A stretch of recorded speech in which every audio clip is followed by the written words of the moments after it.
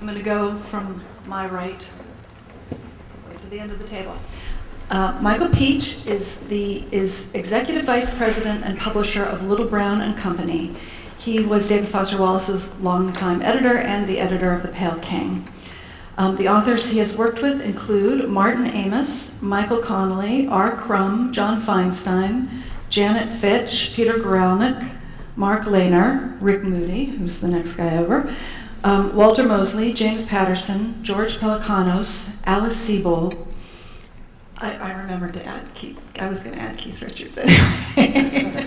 Keith Richards. David Sedaris, Anita Shreve, Nick Tosches, and Stephen Wright. Next down is Rick Moody. He is the author of 5 novels and 3 collections of short fiction.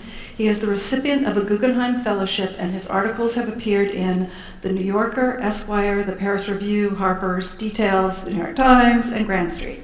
His first novel, Garden State, won the Pushcart Editor's Choice Award, and his memoir, The Black Veil, won the PEN Martha Albrand Award for the art of the memoir.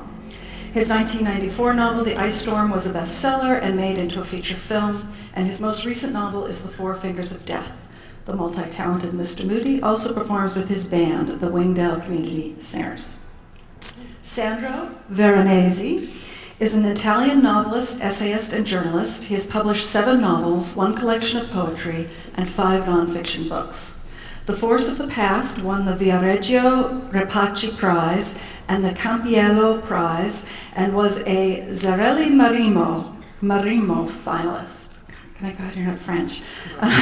In 2005, he won the Strega Prize for Quiet Chaos, which is just coming out in English in this country like 2 weeks ago.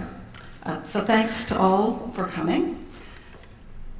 Because this event has this festival has such a strong political focus, I want to ask the panel, first of all, how they feel, what they think of the way politics are depicted in The Pale King, if they think of David Foster Wallace as a political writer. And Sandro in particular, maybe you could start and talk about how he's perceived internationally in those terms. Yeah, good evening. I can say from the very beginning of his work, David Foster Wallace was an inspiration author for Italian authors, sure. One of those who makes people write better. It's not only a matter of reading, it's a matter of writing, together with reading and losing time. Because reading David Foster Wallace, including The Pale King, is losing your time. Just like really when you try to do something like your tax, fill your tax form, something like that. It's really an experience of losing time. And from the very beginning, it was taken as an inspiration for young, very, very young authors. In Italy now there are 30 years old, very smart authors that I think they will blow me away, my generation. Finally, they are they're good writers, but very formed, structured, and for all of them, David Foster Wallace is an inspiration. I think more than political, it's a moral author. And what I have experienced by reading The Pale King is that after 200 pages, you start seeing some kind of leg, or probably foot, of a huge statue, of an immense monument to the boredom that would have taken probably all the rest of his life. Technically, it took all his life. But I think that it's not an unfinished novel. It's a moral novel that is focused on probably the most boring job in the world. That has a vocation, has a sense, only in a moral way. So, and then there is chapter 22 that is a novella. It's something like a cross between Thomas Bernard and Dostoevsky, the player.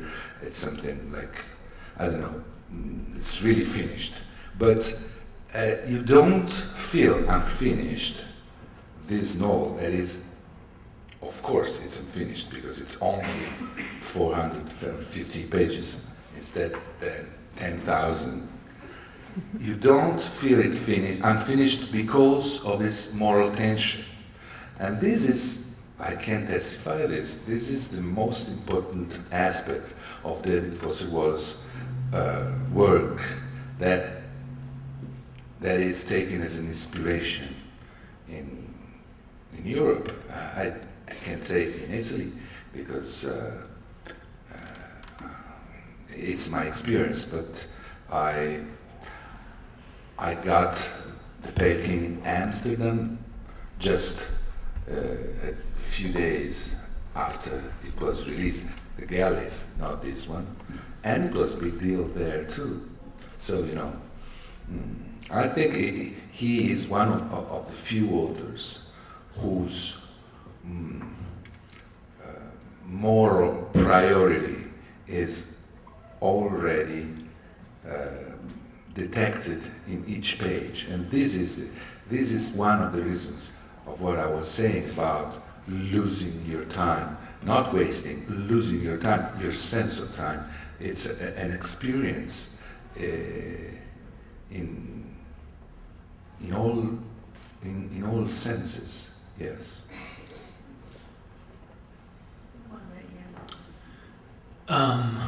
Politics. Sandro, I think, has said some really inspired and insightful things about the book. I guess I think much of what he said is entirely accurate, but I would say, at least for this writer, that there's no mistaking that the Pale King has a political trajectory to it. And I sort of think that political imagination was there in the earlier work as well, certainly in Infinite Jest, but perhaps in the essays as well, or most manifest there. But I think that it's impossible to sort of write about, the most profane and degraded profession in the United States of America that strikes at the very heart of what capitalism is in this, the most aggressively capitalist country on earth. It's impossible to write about that profession and to not have a political agenda of some kind. Now, the problem for me as a novelist in thinking about politics and trying to include politics in a novel is that to be politically tendentious always seems like it's on the other end of a dialectic from aesthetic ambition. And of course, I think that we would all agree, and I think Sandro basically said this already, that the Wallace line or the Wallace paragraph is such a thing of limpid beauty and so spectacular that no one would ever accuse him of having sacrificed his aesthetic agenda in any way, shape, or form. So how is it then that we could have a book that on the one hand is resolutely aesthetically ambitious, as ambitious aesthetically as Infinite Jest is, I think, but which also seems to have political imagination at its core and the ambition to say something politically about where we are in the United States and in the capitalist West. I suppose that it's just to say that this writer was so gifted, so talented, and so intellectually unparalleled that he manages to steer a course between those two oppositional end points of the dialectic and to find a middle spot. So here we have this book that's about an incredibly boring profession that's absolutely essential to allowing capitalism to proceed on its unchecked journey in this country. That's nonetheless hugely entertaining, I think, very, very funny, and startlingly emotionally evocative all at once. To my mind, that on that basis, if not many others that we'll probably speak about later, it's pretty much of a masterpiece. Yes, please. I'm terrible at speaking about politics, as you're about to hear. My view is that David worked very hard to try to understand what America was as a place to live in, as the world he'd grown up in, and in an infinite jest, he imagined America with this very silly superstructure, this government that was auctioning the right to name years and defining itself against Canada.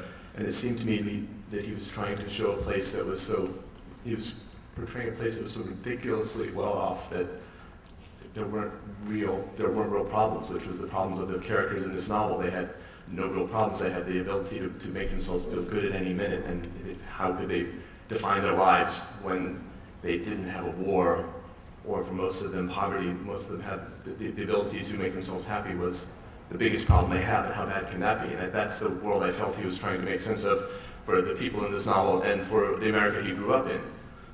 The nation with the greatest protracted period of peace and prosperity in the history of mankind. What's the problem? Why are we unhappy? So I felt that it was more moral, that he was not so explicitly political as morally trying to understand what it was like to be in this place that was that cushioned and that protected. In The Pale King, he set up an explicitly political question, which is the question of the Reagan-era tax cuts and what they meant for the country's financial well-being at a time when when the expenditures were rising, and should the enforcement of taxation change from a moral endeavor to a corporate endeavor is kind of the wellspring of the plot, or the mainspring of the plot. And I feel that insofar as the book is unfinished, I feel that may be the unfinished part, because that's a question that even in the notes he seems to be still trying to kind of scratching his head about how far to take that question. You speak of this as a particularly like American question, like the clash between sort of free market liberalism and this kind of like old-fashioned like civic responsibility, which is sort of the position that the old-time IRS guys sort of take. But Sandro, do people see him in Europe as like particularly American, or in what particular way? Do they see him as dealing with sort of universal issues or specifically American issues? Because he feels very American to me. It's interesting to me that he's so popular in Europe. Yeah, it is typically American, but it's not like reading books by Russell Banks, for example, or Philip Roth himself.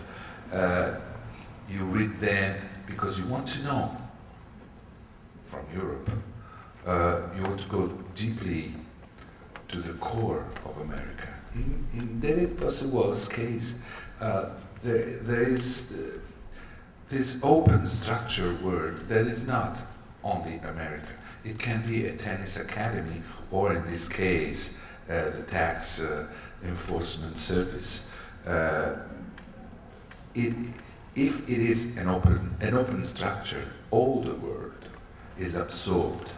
So I honestly have to say that I read about myself in David Foster Wallace's books, much more than in any other American author. Because after a while, wherever he starts, And I'm talking about novels, where he has the possibility of growing up with this wonderful use of discontinuity that is not possible to use in short stories or essays. This is another reason because why this book, it doesn't seem unfinished, because discontinuity is an instrument of the other finished novel too. So I feel that it is something like Black Mirror. Black because there is an amount of sorrow that, for me, it's the explanation of superficially, I was asking to myself in my novels too, we are the richest form of life ever lived in the world, and we suffer.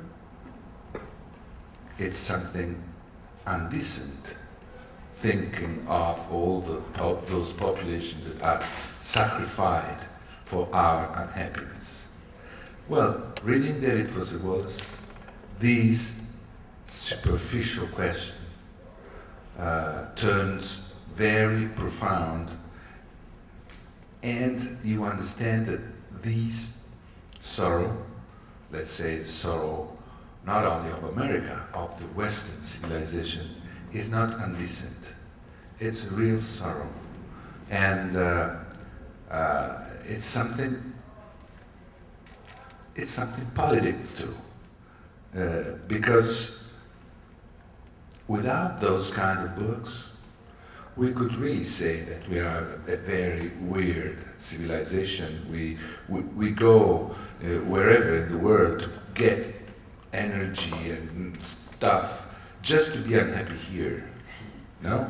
You think in the Ogoni land in Nigeria, where now it's impossible to live because BP and Exxon take the oil, and all these tribes who used to live there, they had to move and to go in hostile territories where they have been persecuted by other tribes. You go to those populations and you say that the fuel that is got from that oil is used to turn a car on and commit suicide by breathing the CO2. It's something that this guy, he could say, I will kill you and let my land, and I will kill you. But this is superficial. This is something that is good for conversation. It's good also for writing, but even in this book, but of course in Infinite Jest, you go to the core of this sorrow, of this pain, and you understand that it is a very profound pain, structured pain, and probably it's a decent pain that the guy from Ogoni land would understand and would be moved to pity. I want to ask a little bit about the sort of formal stuff that David did. You know, he was seen, David Wallace did. He was seen as sort of ushering in a kind of a maximalist literary aesthetic, maybe as one of the main proponents of a particular group that did that. And I think, Rick, sometimes you were associated with that group.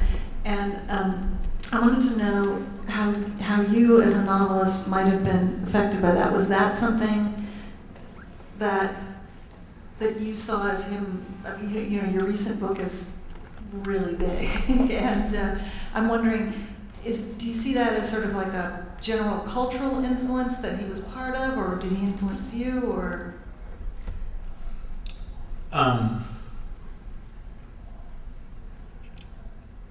I was already out of grad school and trying to write in the middle 80s, and I was actually working in book publishing briefly myself, and not very good at it. And there was a reading one night at Dixon Place, which was a little sort of performance venue down here that also occasionally had readings on the otherwise dark nights in the theater. And I think it was in 1988. They had a reading of David Foster Wallace and William Vollman at Dixon Place. I think it was David's first reading in New York. And I don't know that he knew Bill that well, if at all, that night. But it was one of these events where most young writers in New York who were at all plugged in had heard about these guys, but Broom of the System did not have a sort of major impact. It wasn't terribly well distributed. And ditto You Bright and Risen Angels by William Vollman. But anyway, everybody sort of knew that these were writers to watch, so the room ended up being packed to the rafters. Were you at that reading? So, it was an amazing night. David read for about an hour and 15 minutes. And people started to walk out. And I remember him looking up at one point saying, "I noted that," and somebody walked out of the room. And William Vollman fired a starter's pistol during the reading, which I think he used to do periodically, and that also got everyone's attention. They were both, at that moment, younger writers who were hugely ambitious, and for myself, who had come through the Columbia writing program feeling a little bit thwarted and sort of somewhat chagrined at the fact that I was incapable of writing minimalist realist stories about the working class in the Pacific Northwest. I had been looking for something or someone who was engaged with the writing that had really mattered to me, which was mainly, for lack of a better way of putting it, sort of American experimental writing of the 1960s and 70s, of which I would consider the sort of preeminent voices for me to be Gaddis, Pynchon, DeLillo, and perhaps John Barth, Robert Coover, and so on. I don't know that David would have listed those writers exactly. I know that he loved DeLillo keenly, but I think that he sort of came from a not dissimilar diet, and so those guys and that reading were sort of a watershed moment for me, in that I suddenly realized that it might be possible to not be embarrassed about liking work that was ambitious, both in its heart and in its front brain. And so to that extent, he was hugely influential for me. And the first book that I sort of felt as a kind of earth-shaking experience was Girl with Curious Hair, actually. And by the time Infinite Jest came out, the revolution for me was that it was earth-shaking for everybody else, too. And it was exciting for that reason that Little Brown managed to make it a book of the year kind of a thing, or book of the decade, and to elevate my generation, which up until then were always considered promising writers or writers to watch, but never actually just writers. You know, there was always some modifier before a writer. And then after Infinite Jest came out, we no longer had to carry that around in that way, and that was thrilling. So I would say I think it's impossible to be influenced by David in terms of his language and his sheer philosophical throw weight. Nobody else is that smart.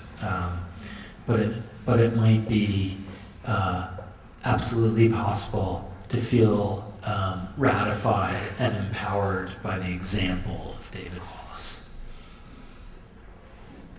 On that cue, I think, Michael, do you want to read from some of the beginning of Pale King?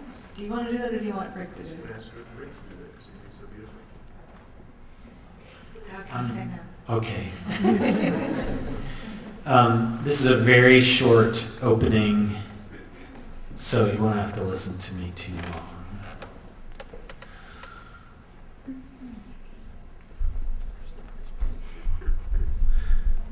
Past the flannel plains and black-top graphs and skylines of canted rust, and past the tobacco-brown river overhung with weeping trees and coins of sunlight through them on the water-down river, to the place beyond the windbreak, where untilled fields simmer shrilly in the AM heat.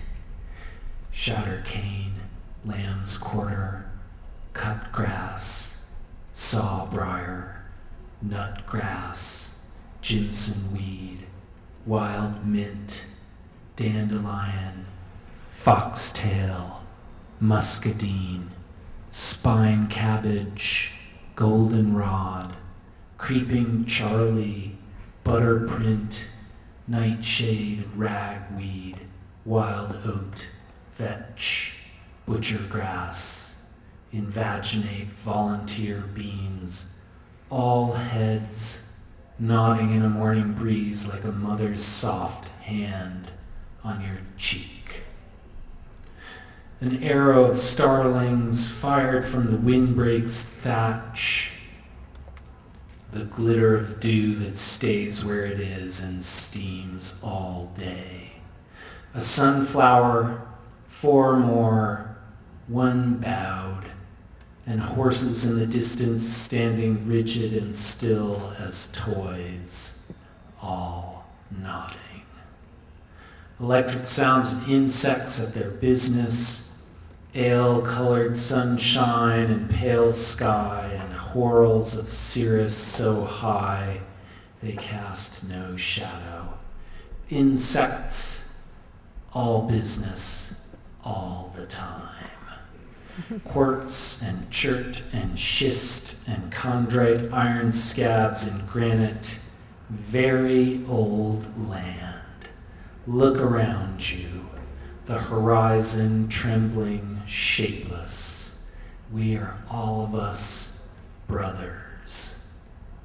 Some crows come overhead then, 3 or 4, not a murder, on the wing, silent with intent, corn-bound for the pasture's wire, beyond which one horse smells at the others behind, the lead horse's tail obligingly lifted.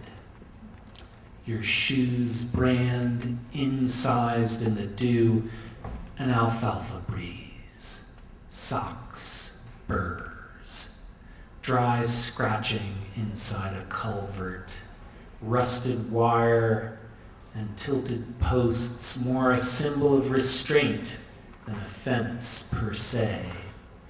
No hunting.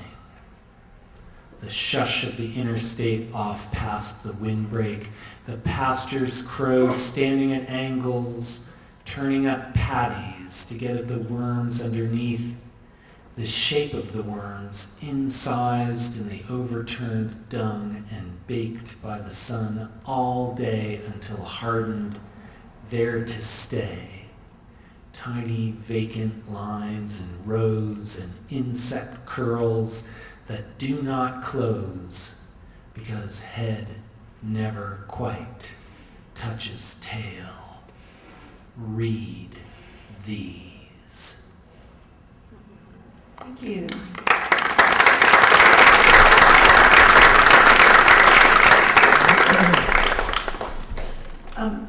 Michael, that passage, I assume it was your decision to put it at the beginning of the book, that that was not, that was a choice that you made as opposed to something that you would be sure that David wanted? I don't know.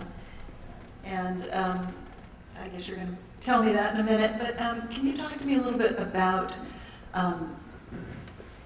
the editing of this book? I mean, there were a lot more pages than we have right here. How did you decide what to put in? How did you decide what to leave out? And why? It was easy. It was, that passage was one of several passages through the book that had been marked at various times in David's writing as a possible opening. It was not designated as begin here. I know that early on, if you've read the book, there's a chapter that begins with a line of dialogue, what do you think of when you masturbate? And that was designated as a possible opening at some point early on. There are others. But this passage, which to me is one of the great, I loved hearing Rick read it and consider it one of the great passages of prose I've ever read. To begin to make out of a fallow Illinois cornfield this extraordinary investigation of landscape, of the consciousness that's preceding these, of the poetry of plant names and mineral names, and then to end with this image, shot through these images of death, the crows, not a murder, butcher grass, and then to end with an image of a cow pipe, a piece of dried cow dung, with worms, lines carved underneath that being pecked up by a crow, and this is the writing that you're to read. In a book called The Pale King, I just thought this passage had to be the opening. It was one of only two passages in everything I read that did not have a designated, a clear narrator. It's an imperative voice. Read these. We are all his brother. I guess there's a first person plural in there briefly, but it seemed to line up with the passage that it ends with, which also is mostly imperative in that way. So I'm going to detail about this to kind of talk about how assembling this book was a matter of looking for cues and clues in this manuscript, this pile of drafts that totaled close to 3,000 pages. Many of those pages variant drafts of the same chapter being revised and revised, but some of them first draft, handwritten first drafts. About 20% of what's in the book was handwritten. He'd never even typed it, never even typed it and revised it. So the process of editing was to read everything and to read it again and to find the passages that formed a spine, that formed there was a narrative, there was a story unfolding. To find those passages and make sure that they fell in the right order, and then to find to find other chapters that seemed to need to be early or late to buttress the information coming through in those sequential chapters. Having worked with David on Infinite Jest, I spent a lot of time working with him on the rhythms that he chose to in the sequencing of his stories and the level of comfort he had with the reader's confusion. And from notes in this manuscript, it was clear that he wanted a structure that might be apparently random for a while, that was confusing. He describes a tornado as a sort of a central structuring idea. And this idea that a nice Midwestern image of the tornado, but the idea of all the stuff coming at you in a blast of whirling wind. So seemed to be all right that the book was confusing in places, and that you took a long time to understand who all these characters were. Infinite Jest was very similar in that I think you had 350 pages into Infinite Jest before you had met all the characters even. So I'm rambling a little bit, but it was finding the core, finding the sequential chapters, making sure that they made sense together, finding an opening and closing spot, finding a place for all the childhood scenes, and the moment at which it became clear that these passages from someone's childhood were actually the childhoods of the characters you're encountering at the Peoria Regional Examination Center. finding the right moment for David Foster Wallace himself to arrive as a character. When I first began reading this manuscript, it was a stack of typed chapters, and the first chapter was the chapter that began "Author Here." David Foster Wallace telling you how he came to work in Peoria. But then it became clear from footnote, I think footnote number 6 makes it clear that he has created a fictional situation in which the publisher of the book has forced him to bury that opening chapter deep inside the book. So it was clear that it was not intended to be the first chapter, and so then finding the right moment for David Wallace to arrive was another I guess, sort of aesthetic judgment or comfort with confusion judgment. But it was wonderful knowing that the reader at some point was finally going to go, oh my God, David Wallace is here narrating everything I've read before in the first person. It was a nice surprise to layer in. So the editing was a sequence of layering in and then leaving out chapters that were incomplete, that were clearly bypassed by later revisions or by later plot strands. And the beauty of this entire project is that it will all be public. Every page of this is going to be public in the University of Texas, so people who want to read all 3,000 pages will be able to do so. And if we had the capability, we would have made the ebook of this sequenceable by the reader. It's technically impossible now, but at some point in the future, you will be able to get an ebook version of this where you can decide that you want chapter 42 to be chapter 6 and read it in that order.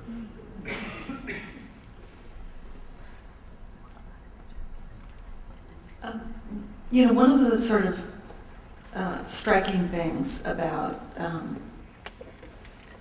David Foster Wallace's career is that although he's one of the most revered contemporary writers of his generation, he never really won any major prizes. Is that something that affects his reputation, Sandro, in Europe, or did it help or prevent people from becoming aware of him, or is it just irrelevant? It's not relevant, and normally, but this can change according to the publishing house's habits or even readers' habits. There are readers who want to read forcefully some prized book, and an only prized book. But normally, the prizes are given or to some celebrated master, or to discover a gifted and talented new author. Both cases were not David Foster Wallace's case. I remember I was here in the United States in 1997 or 8, and whoever I was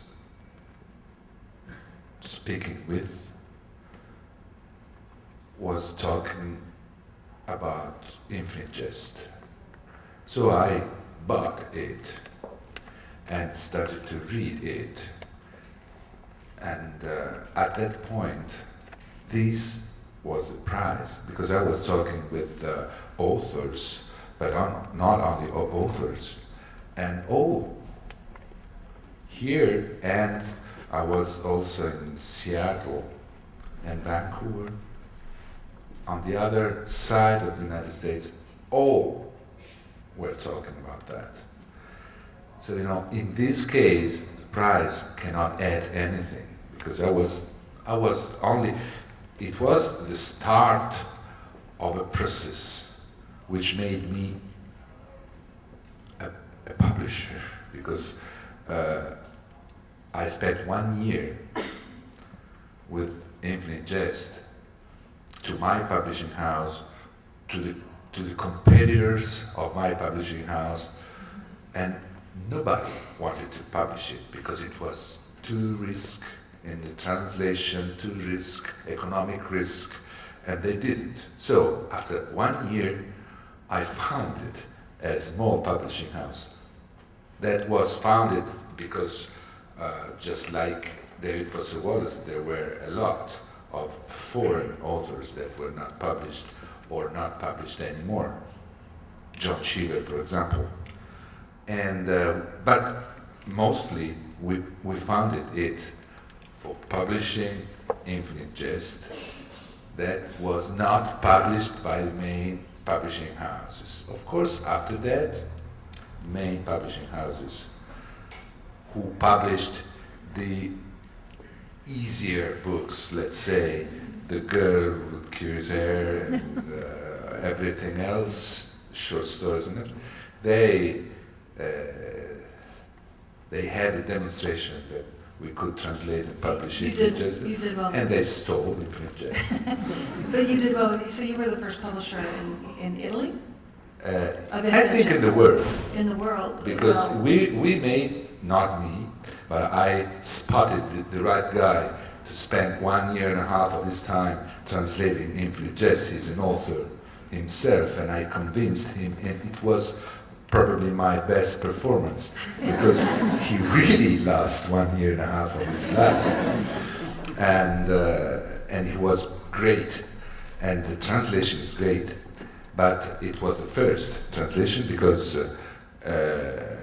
everywhere else, this is the reason main publisher didn't publish, because they made a panel and they didn't want to dare, because in France they didn't, in Germany they didn't, in Spain they didn't. So we had to force this panel, and we did it. And I have to say that this publishing house was born for this. We bought the Broom of the System too, that was really cheap, because really cheap. We asked for Infinite Jest, and they gave us also Broom of the System This is a package deal. with $500 more. So we published the Broom of the System too. And then it was a very small publishing house, let's say a label. But we raised up, and now it's small but influent. And I published with it. I turned to the small publishing house who published Infinite Jest, and I'm proud of having started with an author just like David Foster Wallace, because as I told, there's a generation now of very smart and very gifted authors that probably could not, all of them, read in English because it's complicated. And now the inspiration is distributed in a very democratic way. I would like to say that all these years later, I'm still pissed that it wasn't even shortlisted. That Infinite Jest not only didn't win any prizes, it wasn't even on the shortlist for any prize in this country.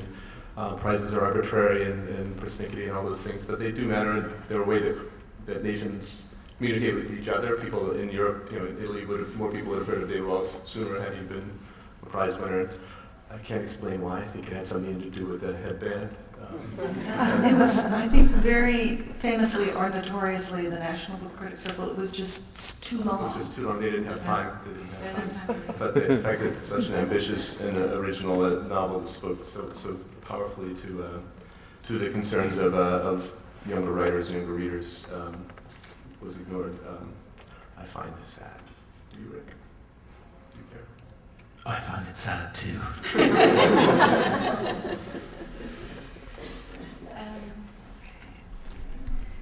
This is actually a very sad occasion, and we're all here because David Wallace is not here to talk about his own book, and sometimes I forget, and we're laughing and having a good time to some extent, but it is really a grievous occasion that this book is out without David. I just want to acknowledge that in case it seems like we've just been up here laughing the whole time. Yeah, I can second that. No, I'm not going to go far down the road, but just to say that I do think of myself as someone who just read his work with incredible enthusiasm, and so I imagine that I'm sitting here tonight as a reader of David Wallace in the same way that many of you are here, but I would much prefer to be sitting in the audience watching David talking about the book. Okay, so if people have questions, we've got this microphone that you really need to talk into because I believe this is being videotaped or recorded. Anyone out there? There's a lady in a red shirt.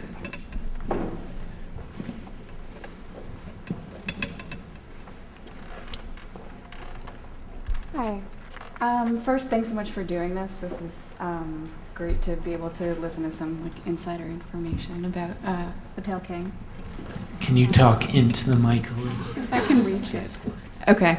So I have two questions. You don't have to answer both or either. The first is, I feel like there are so many typical patterns in David's writing, and Michael in particular, I was wondering if there was anything in The Pale King that took you by surprise as you were initially, going through and beginning the editing process that was pretty atypical. And then the second question is maybe a little bit more personal, but I feel like there are a lot of communities around David's writing. There was the Infinite Summer thing that happened, which is how I came to love him. But I was wondering if that was something that, as you were talking about prizes and things like that, if that was something that, he was at all aware of, the different communities that sort of arose out of the connection, the personal connection to his books.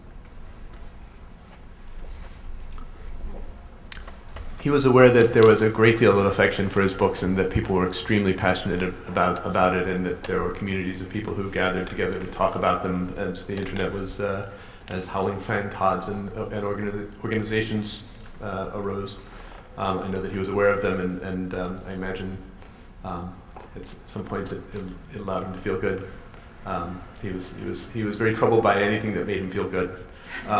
Just that flattered his ego. He told me once he refused to look at reviews of his books, which other writers, he's not the only writer there, whoever chose to do that, but he found the flattery difficult, I think. And his instruction was that if there was a very, very bad review in a very public place, to just let him know that so he could understand why people were looking at him pityingly. Which I thought was a good strategy. In this novel, the opening passage and the opening of a chapter, which he called "What Is Peoria For?", which is the story about the young girl whose mother is kind of insane, who's driving across the Midwest with her. Those two long passages had a kind of a poetic density that I had not encountered in his other work, and he referred to both of them in his notes as poetic openings. I think he was enjoying writing in that voice very much. Did either of you observe other different types of writing?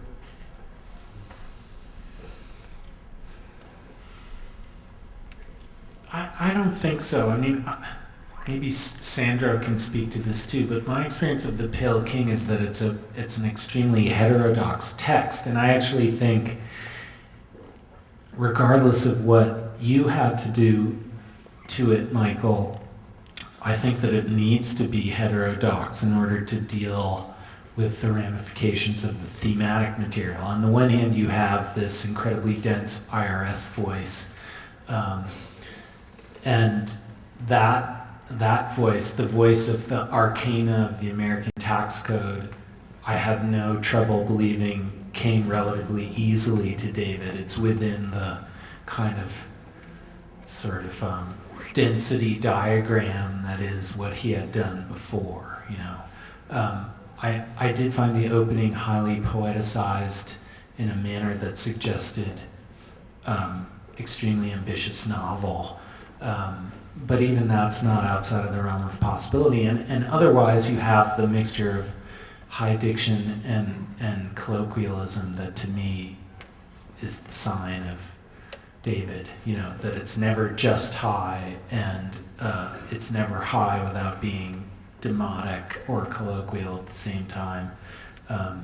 And given that that's the case, and that the book is somewhat fragmentary, and that it delays gratification in terms of what some of those fragments are about and how they relate to the whole, it makes it extremely plausible that there could be many different kinds of voices. And as such, it's hard to be surprised by the absolute heterogeneity of the thing. I think that's what it means to be. One thing that was really interesting to me about this, up until you get to chapter 6, that's the author's foreword, right? Chapter 6, no footnotes. Another question? There? You have to move fast.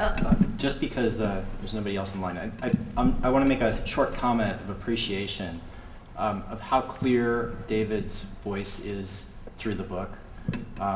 It's extraordinary, the experience of seeing the characters so gradually unfold and the interspersed narratives once again. And I also think that, Rick, your selection of the first chapter to read, I was a little surprised by, because it doesn't really introduce you to the narrative of the story as much, but again, I think it was really inspired because, like David's writing, he forces you to slow down and really pay attention to what he's saying, especially with the footnotes, but the poetry of that, I think is an admonishment to the reader in some ways, to really pay attention to what he's saying, listen to the symbols of death in the book, or in that chapter. So you may have a comment in response to that, but mostly that's a comment in response to what you've said. So thank you. Thank you. I realize, go ahead. That's okay, go ahead. I actually had a question that I've been wanting to ask Michael for a while. The Chris Fogel, that's his name, right? Chris Irrelevant Fogel. His long narrative about his experience with the Jesuit and his complete change in his way of life. I had a conversation with someone about that, about how much that could be seen as sort of a moral center for the book, or whether it was meant to, how seriously you were meant to take it, and whether we were also supposed to think of him as kind of like this tedious grind at the same time. And I'm sort of curious what your impression of that is. This is a very long chapter. The longest section of the book, it's about 80 pages in manuscript, and it's irrelevant Chris Fogel's personal story, how he came to be an accountant, the story of his conversion experience from being what he calls a wastoid, which is an American college kid who was in college in the 70s when basically all he had to do was live on his parents' money and take enough classes not to flunk out completely and get stoned all the time and go to the bar. And it's about him, it's his story of how he came to awareness of what he was doing in his life at that time and arrived through a complete accident, a random accident, in the presence of an accountant lecturing a man who's dressed who's, I can't recall whether he's actually a Jesuit or dressed like a Jesuit. This stirring passage that in a class where it's the summary lecture for this advanced accounting class, in which he summarizes the work that lies before them and ends, "Gentlemen, you are called to account." And it's incredibly moving. But getting to that, my belief is that what David was doing was trying to capture all the strands of a narrative that can be gathered up in a single strand. The extreme byways, the incredible irrelevant complexity is sort of the central term of this book, irrelevant complexity. Life is full of irrelevant complexity, things that matter to you because they happen to you, but try to make somebody else care about them.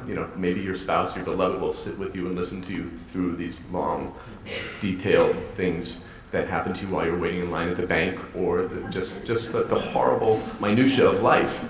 And what I believe he was doing in this long chapter was trying to gather as much of that as he could up into a single ball, and make it all cohere and make you want to throw the book across the room and not quite do it. And I think that was the balance he was striking every second in that. That is one of the chapters that was on his desk when he died, that were chapters that he had polished to a very high degree, that he was contemplating sending in for a contract. So I think that's a chapter he was very proud of, and I believe he may have even contemplated publishing it just freestanding as its own, on its own at some point. But that's my take on that. This novel's about, one of the many things it's about is how you fight your way out through yourself. How you live inside yourself. Everything you perceive is about yourself. The whole, your world is so complete and so fascinating to you, how you actually get outside of yourself and connect to another human being across this gap.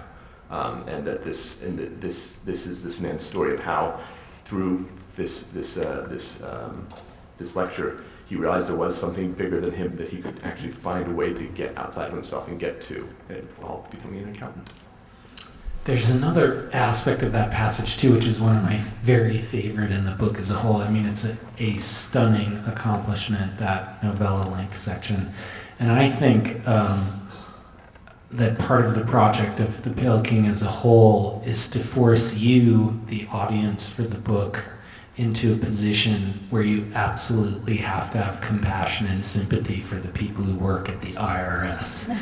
And what happens in this novella, though that's the trajectory of the book as a whole, what happens in this novella is that he very laboriously creates an epiphanic structure for this character. And so it takes the full length of the novella for you to absolutely recognize that there's no other choice for this man but that he go into the IRS, and that for him it has the cast of religious or spiritual epiphany. That's why the Jesuit thing is where it is in that passage, because for him that's what he has to do, and that he does it is, in this passage, noble. And it's our job as readers of the book to see that very traditional fictional structure, epiphany, which really goes back to Joyce's arguments on the subject in Dubliners, that is the way to do this, the way to bring you, the people who are prone to thinking everyone who works at the IRS is a faceless drone whose only wish is to make your life unpleasant, that those people may well, and in many cases probably do, believe that they've come to do this for reasons that are heroic. Well put. Okay. Well, first, Michael, I wanted to apologize because I think I'm really going to embarrass you, but I really wanted to thank you for putting this together. You know, I know that David Foster Wallace wasn't very keen on having a lot of praise either, but you know, the information that I've gotten about how you went about the process of actually putting this together, you know, I just really hadn't realized the amount of effort that it went into editing, particularly when the author isn't here anymore. The passage in the book that just really struck me was the one right before 22, although I've really liked 22, is the one about the woman, Tony, and the two dogs. That I just found chilling. And I was actually wondering if, Rick, if you wouldn't mind reading that last paragraph in that. Uh-oh. Sorry to be kind of a downer, but I just thought that was just so incredible. I would like to say thank you, Rick, flips through, and to say that I once was at a dinner with David, and Infinite Jest had come out, and David was there, and it was a dinner for reviewers and critics, and one of them, with David sitting beside me, turned to me and said, "What was it like to edit Infinite Jest?" And David was sitting right there. And I realized that people can't understand writing. You can sort of understand editing, because editing is like reading, but you can't be, you couldn't ask David what was it like to write Infinite Jest, because you wouldn't even know how to begin to understand. And one of the great sadnesses of this task of assembling this book was seeing it unfinished, seeing it still sprawling, seeing notes to himself, seeing things that I would never have seen, no one would ever have seen were he still alive. And so the sadness of seeing a little bit of what goes into creating a book like this was heartbreaking. This is a heartbreaking book for many reasons, but it's also a glorious book.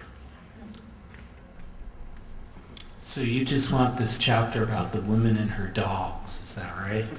The last paragraph, and I don't have time. The last paragraph is sort of brutal, but I'll do it. The setup is from the point of view of the neighbor who Yeah. You could read the whole thing, but the first part is pretty dry, I thought. The first paragraph. The first No, paragraph. she says the first part is pretty dry. But All right, I'm going to read the end. Here we go.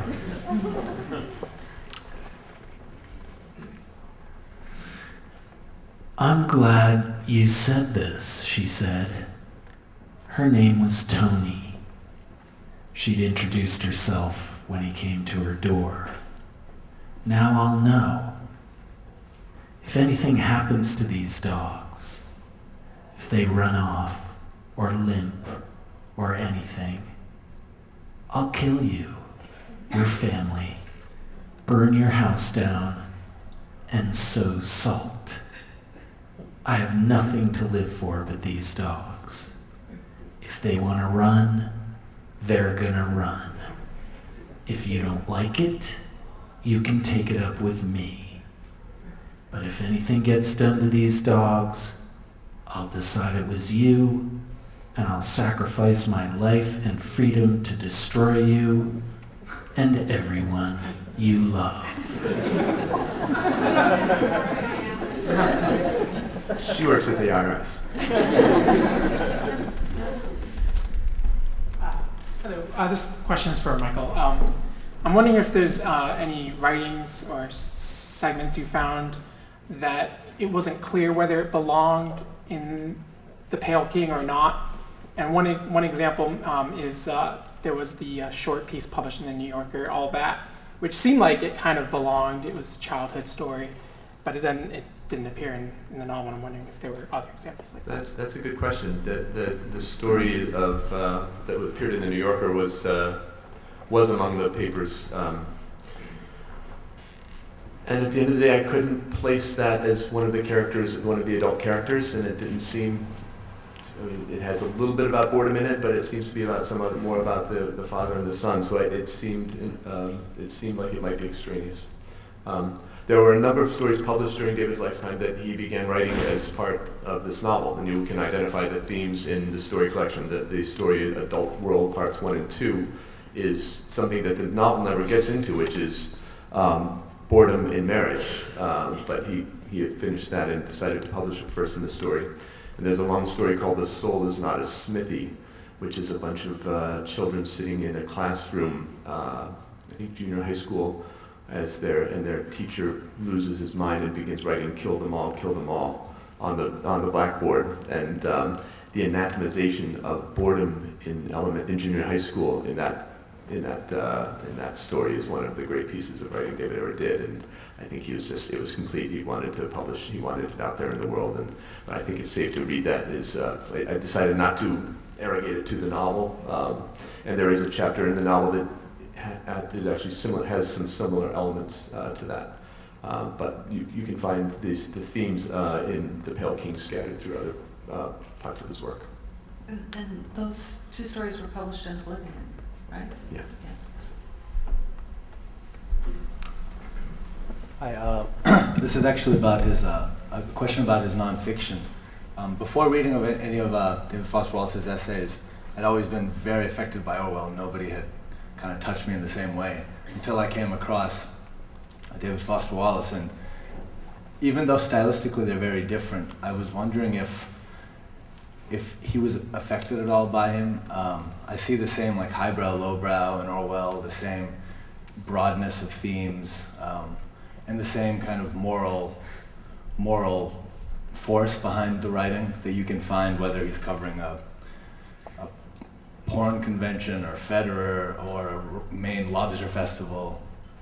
And even, like you said, Rick, this idea about looking trying to look with more understanding towards a tax collector. I mean, I felt that was also in This Is Water. He spoke about that astonishing graduation speech. Thanks.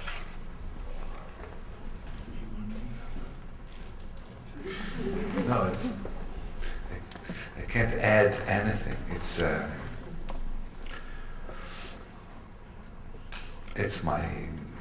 my thinking too. I always, in front of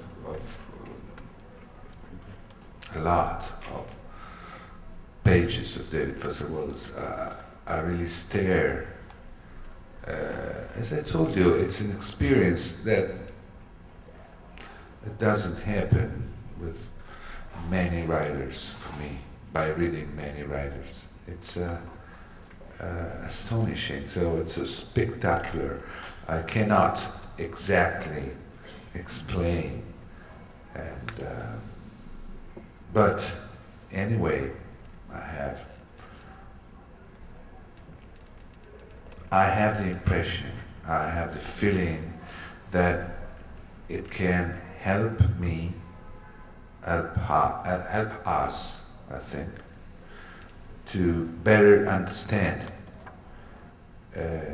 not only literary matters, how to write, but better understand because of this complex and comprehensive intelligence, which takes care of every object in its right place. This is the reason, the moral reason that justify, in my eyes, what those who don't like David Foster Wallace call his weakness, the great amount of details. Yes, I can understand that probably if you want the rhythm, something happened at any page, Stephen King, you don't like that. But it is a moral and monumental. Even in short stories, you mentioned Federer, I understood something. He noticed one thing, that second in which Federer put the ball exactly, symmetrically inside the triangle and basis. That's true. But that means something for a player. Not doing that, it's probably the sign you're not hitting well the ball. This detail is Federer.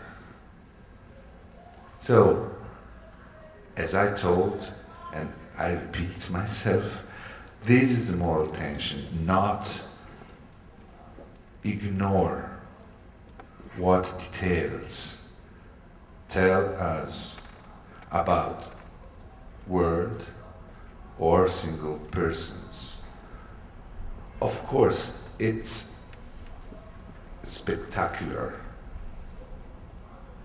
Of course, he's talented and gifted, and he's able to write in a wonderful way.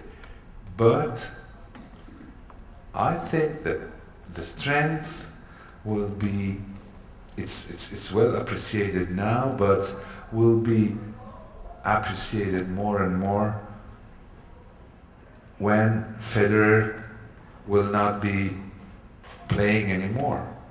When we will have to remember those details, and we probably would lose them. This is really something that I think will accompany the works of David Foster Wallace in a future that I cannot even imagine, because it will be very far and clear and focused on a world we are not totally aware of. I I once did an interview with him where I asked him who influenced him, and then he just rattled off this insanely long list of names. And Orwell was not one of those names. But I think that if you go to, if you have the chance to go to the website of the Harry Ransom Center, or if you're very fortunate and you get to go there yourself and look at their archives, it's such an amazing assortment of books, some of which are so carefully annotated, that it's everything from, a Thomas Harris thriller to, children's books to, I'm sure, he was a big Kierkegaard fan, so I'm sure that there are copies of those there. So it's clear that he had an incredibly wide range of influences. I actually have a really good story along these lines that happened recently. Laura, I know that you, like me, are friendly with the great American contemporary novelist called Jonathan Lethem. And it happens right now that Jonathan Lethem holds the endowed chair at Pomona that was once held by David Foster Wallace. And he wrote to me recently and said, I'm in David's office, and the strange thing about it is a lot of the books that he kept in his office are still here because everybody was afraid to do anything with them. So there's a big shelf of David's academic books that he kept in his office sitting in Jonathan's purview in his chair there. I saw him, yeah. He was like, well, if you're really nice to me, I'll let you look through these and see It's if there are really any notes in incredible. there. It's like this little Yeah. museum that's there, and it's being overseen by the exactly right person. Even though they never actually ever met. Yeah, I guess that's right, huh? Any further questions? Uh, We have time for one more. Thanks again for coming, everyone. And I hope it's not invasive, but wanted to ask if you guys could tell a story about David, either from meeting him or interacting with him, or reading him, or anything along those lines. Thanks. Well, I'll tell a story that I told to Rick. This is a little bit of a sappy, corny story, but it's totally true. The interview that I had done with Dave Wallace was in for Salon, and so it's been available continuously since I did it, even though it was when Infinite Jest first came out. So occasionally people would email me trying to get in touch with him because they would Google his name and that would come up. It doesn't come up as often as Germaine Greer for some reason. I don't know who I've never even met, but he was one of the really common ones, probably the second after her. And usually I just go, I have no idea how to reach this guy. He doesn't, as far as I know, he doesn't even have an email address because he doesn't want to do this. But at one point, a guy emailed me, a reader, and he said, I have this friend, and she's really, really sick. She has leukemia or Hodgkin's or something like that. And he's her favorite writer, and she's in the hospital, and she's really depressed, and nothing would sort of thrill her more than to get a letter from him. So I, through occult means, I managed to communicate with him, and I asked him to do this, and then he kind of called me up and grilled me about it, and then finally he did it. And I heard from the friend of the sick woman that I think the word that he used to describe her, because apparently she was a very lively person, was gleeful. She was just gleeful, which is, it's great to think of someone who's that sick having an opportunity to be gleeful. Unfortunately, she didn't recover from this illness, but he sent me a letter in thanks that I then forwarded on to David through the same occult means. And I always thought that was just such a great thing for him to do, and just, it was lovely. You've caused me to remember a moment when David came to New York, and he I'm sure you all know he played tennis competitively as a kid. He was a ranked amateur and continued to play tennis. And he was in New York, and he'd gone to the courts in Central Park and somehow gotten a game with a actually ranked professional woman player, and he'd beaten her. And he became gleeful. He was really, really happy. And he kept saying, "You should play with me." And I don't play tennis at all, except. And he said, no, it'll be great for you. What I'm really good at is judging just what someone's skills are and then just hitting the ball just barely outside what they can get to, so you'll keep getting better. And I thought, well, that must be a lot of fun for you. It was sort of the essence of our relationship. You want to tell that story about the infinite jest reading in Italy? Yeah. Rick suggests me to tell the story of the reading we organized in Italy of Infinite Jest. The whole Infinite Jest read by, I think, 100 people, starting from 11 a.m. Friday, 11 a.m. and finished at 3 a.m. on Sunday night. And there was a photographer who took photographs of everybody. He didn't sleep for 2 days and a half. And we had a little theater in Rome. We wanted to demonstrate that it was possible to read it. It was not only possible to translate it and to publish it, but also to read it. So we read it in public. We started just like kamikaze, me and the translator and somebody else, and we told, well, if nobody join us, we will read. We will do this. But Rome means television and radio, and in 4 or 5 hours we had all the media. But the very funny thing was that the media came and nobody wanted to talk with media. We gave them the book, read here, and put the media on the stage. And I didn't attend the whole. I went home and it was on the web, and David was watching, and he was in contact with a mutual friend, and he told it was really totally whirling, because he was listening his work in Italian. That's something that he couldn't even believe.